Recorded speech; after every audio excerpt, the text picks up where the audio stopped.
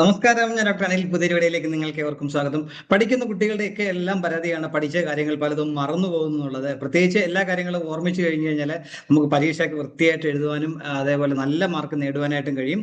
അങ്ങനെ ഓർമ്മിക്കുവാനുള്ള ഒരു പല എളുപ്പ മാർഗങ്ങളും ഉണ്ട്. നമ്മൾ ഹാർഡ് വർക്ക് ചെയ്തതിനേക്കാൾ ഉപരി സ്മാർട്ട് ലേണിംഗ് ഉപയോഗിച്ച് കഴിഞ്ഞാൽ പല കാര്യങ്ങളും നമുക്ക് ഈസി ആയിട്ട് പഠിക്കാനും മെമ്മറൈസ് ചെയ്യാനും കഴിയും. അങ്ങനെ ഉപയോഗിക്കുന്ന ഒരു ടെക്നിക്കാണ് ഇന്നിവിടെ പരിചയപ്പെടുത്തുന്നത്. നമ്മൾ അതിന് പേര് നെമോണിക്സ് എന്നുള്ള അങ്ങനെ പല രീതിയിലുള്ള പല ടെക്നിക്സും ഉണ്ട്. അതിൽ ഒരെണ്ണമാണ് നമ്മൾ ഇന്ന് ഇവിടെ നോക്കുന്ന അക്രോണിം എന്നുള്ളത്. ചുരുക്കപ്പേര് നിങ്ങളെല്ലാം നമ്മൾ പഠിക്കുന്ന സമയത്തൊക്കെ നമ്മൾ ഉപയോഗിക്കുന്ന ഒരു ടൈം, എല്ലാവർക്കും അറിയാവുന്ന ടൈമാണ് വിബ്ജിയോർ എന്നുള്ളത്. വിബ്ജിയോർ എന്ന് കേട്ട് കഴിഞ്ഞാൽ നമുക്ക് മഴവില്ലിന്റെ ആ സപ്തവർണ്ണങ്ങളായിരിക്കും മഴ ഓർമ്മ വരിക. അപ്പം ആ 7 നിറങ്ങളെ കുറിച്ചും ഓർമ്മിക്കാൻ വേണ്ടി ഒറ്റ വാക്കുകൊണ്ട് നമുക്ക് കഴിയും. വിബ്ജിയോർ എന്നുള്ള ഓർമ്മിച്ചു കഴിഞ്ഞാൽ അത് ഓർഡറിൽ നമുക്ക് ബി വയലറ്റ് ആണെന്നും, ഐ ഇൻഡിഗോ ആണെന്നും, ബി ബ്ലൂ ആണെന്നും, ജി ഗ്രീൻ ആണെന്നും, വൈ യെല്ലോ ആണെന്നും, ഓ ഓറഞ്ച് ആണെന്നും, ആർ റെഡ് ആണെന്ന് എല്ലാവർക്കും അറിയാം. അപ്പൊ അങ്ങനെ ഇതേപോലെ നമ്മൾ ഷോർട്ട് ഫോം ഉണ്ടാക്കി പഠിക്കുന്നത് നമ്മൾ അക്രോണിം എന്ന് പറയുന്നത്. അതുപോലെ മറ്റൊരു നമ്മൾ മാത്തമാറ്റിക്സ് ഒക്കെ പഠിക്കുമ്പോൾ എത്ര സങ്കീർണമായ മാത്തമാറ്റിക്കൽ പ്രോബ്ലംസ് ഒക്കെ അതിനകത്ത് അഡീഷൻസ് ഉണ്ടാകും, സബ്സ്ട്രാക്ഷൻസ് ഉണ്ടാകാം, ഡിവിഷൻ ഉണ്ടാകാം. അങ്ങനെയുള്ള പല ഫാക്ടേഴ്സ് ചെയ്യേണ്ടി വരുന്ന ക്രിയകൾ വരുന്ന സമയത്ത് നമുക്ക് ഓർത്തിരിക്കുന്ന റൂളാണ് ബോർഡ് മാസ് എന്നുള്ളത്.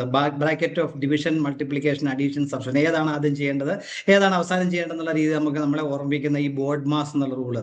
അപ്പൊ അത് ഓർമ്മിച്ച് കഴിഞ്ഞാൽ, ബോർഡ് മാസ് എന്ന് ഓർമ്മിച്ച് കഴിഞ്ഞാൽ നമുക്ക് എങ്ങനെയാണ് ഏതാണ് ആദ്യം ചെയ്യേണ്ടത് എന്നുള്ളത് വ്യക്തമായിട്ട് മനസ്സിലാക്കാനും വളരെ സങ്കീർണമായ പ്രോബ്ലംസ് ഒക്കെ വളരെ ഈസി ആയിട്ട് ചെയ്യാനായിട്ടും കഴിയും. അതേപോലെ ഇങ്ങനെയുള്ള പല ഓർമ്മ സൂത്രങ്ങൾ നമ്മൾ ഉണ്ടാക്കി വെച്ച് കഴിഞ്ഞാൽ പഠിക്കുന്നത് വളരെയധികം പ്രയോജനം ചെയ്യും. പ്രത്യേകിച്ച് പരീക്ഷ സമയങ്ങളിലൊക്കെ ഓർമ്മിക്കാൻ വേണ്ടി ഇങ്ങനെയുള്ള സൂത്രങ്ങൾ ഉണ്ടാക്കുന്നത് വളരെ എളുപ്പമാണ്. എസ് എഴുതാനൊക്കെ ആണെങ്കിൽ പോലും, എസ്സേയിലൊക്കെ ആണെങ്കിലും 4-5 പാരഗ്രാഫ് ഒക്കെ ഉണ്ടെങ്കിൽ ഓരോ പാരഗ്രാഫിന്റെയും ഒരു വാക്കുകൾ ചേർത്ത് ഇതുപോലെ ഒരു സമ്മറൈസ്, ഒരു വാക്കോ അല്ലെ ഒരു ചെറിയ മിനി സെന്റൻസോ ഒക്കെ ഉണ്ടാക്കി വെച്ച് കഴിഞ്ഞാൽ തീർച്ചയായും നമുക്ക് അത് ഓർത്ത് കഴിഞ്ഞാൽ ആ എസ്സേ ഒക്കെ വളരെ ഭംഗിയായിട്ട് എഴുതാൻ പറ്റും. അതുപോലെ ചരിത്രമൊക്കെ പഠിക്കുമ്പോൾ നമ്മൾ ഒരുപാട് രാജാക്കന്മാരുടെ കാര്യങ്ങളൊക്കെ പഠിക്കും, ഇയറൊക്കെ ഓർത്തിരിക്കേണ്ട കാര്യങ്ങളുണ്ട്. അതുപോലെ മുഗൾ രാജാക്കന്മാര് നമ്മൾ ഓർത്ത് കഴിയുമ്പോൾ ബാബർ തുടങ്ങി ഔറംഗസീബ് വരെയുള്ള മുഗൾ രാജാക്കന്മാരുടെ കുറിച്ച് ഹിസ്റ്ററിയൊക്കെ പഠിക്കുന്നതാണ്. അപ്പം അവരുടെയൊക്കെ പേരുകളെ ഓർത്തിരിക്കാൻ വേണ്ടി നമ്മൾ ഓർത്തിരിക്കുന്നത് അവരുടെയൊക്കെ പേരിന്റെ ആദ്യത്തെ അക്ഷരം ചേർത്ത് നമ്മൾ ബാക്സ എന്നൊരു ഒരു ഷോർട്ട് ഫോം, ഒരു ചുരുക്കപ്പേര് അല്ലെങ്കിൽ ഒരു ഓർമ്മസൂത്രം ഉണ്ടാക്കി വെച്ച് കഴിഞ്ഞാൽ ഈ ബാദ്സ എന്ന് നമ്മൾ ഓർത്ത് കഴിഞ്ഞാൽ നമുക്ക് ഈസി ആയിട്ട് മുഗൾ രാജാക്കന്മാരെയൊക്കെ ഒന്നാമത്തെ ബാബർ മുതൽ ഔറംഗസീബ് വരെയുള്ള ആൾക്കാരുടെ പേരുകൾ നമുക്ക് ഓർമ്മിക്കാൻ പറ്റും.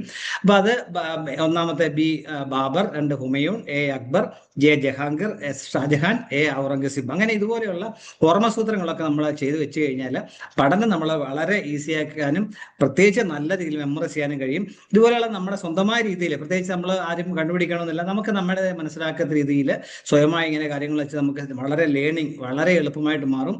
അപ്പം അങ്ങനെയുള്ള ഓർമ്മസൂത്രങ്ങളെ കണ്ടുപിടിക്കാൻ വേണ്ടിയൊക്കെ നിങ്ങൾ ശ്രമിക്കുക. സ്വയം അങ്ങനെ പഠനം എളുപ്പമാക്കുവാൻ ശ്രമിക്കുക. ഏത് സബ്ജക്റ്റിനും ഇതുപോലെ നമുക്ക് ഓർമ്മസൂത്രങ്ങളൊക്കെ അല്ലെങ്കിൽ ഇതുപോലുള്ള അക്രോണിംസ് ഉണ്ടാക്കി ഉപയോഗിച്ച് കഴിഞ്ഞാൽ നമ്മുടെ പരീക്ഷയ്ക്കൊക്കെ, പ്രത്യേകിച്ച് പരീക്ഷ എന്നല്ല എല്ലാ കാര്യങ്ങളും ആവശ്യം വരുമ്പോൾ ഓർമ്മിക്കാനും അത് നല്ല രീതിയിൽ പ്രയോജനത്തിൽ വരുത്താനും നല്ല മാർക്ക് നേടുവാനായിട്ടും കഴിയും.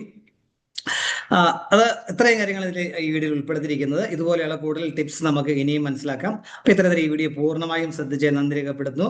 ഇനിയും ഇതുപോലെ ഇൻഫർമേഷൻസ് ഒക്കെ നിങ്ങൾക്ക് ലഭിക്കാൻ ചാനൽ സപ്പോർട്ട് ചെയ്യണം. എല്ലാവർക്കും നല്ല ഒരു മെമ്മറി ഉണ്ടാവട്ടെ എന്ന് ആശംസിക്കുന്നു. Thank you.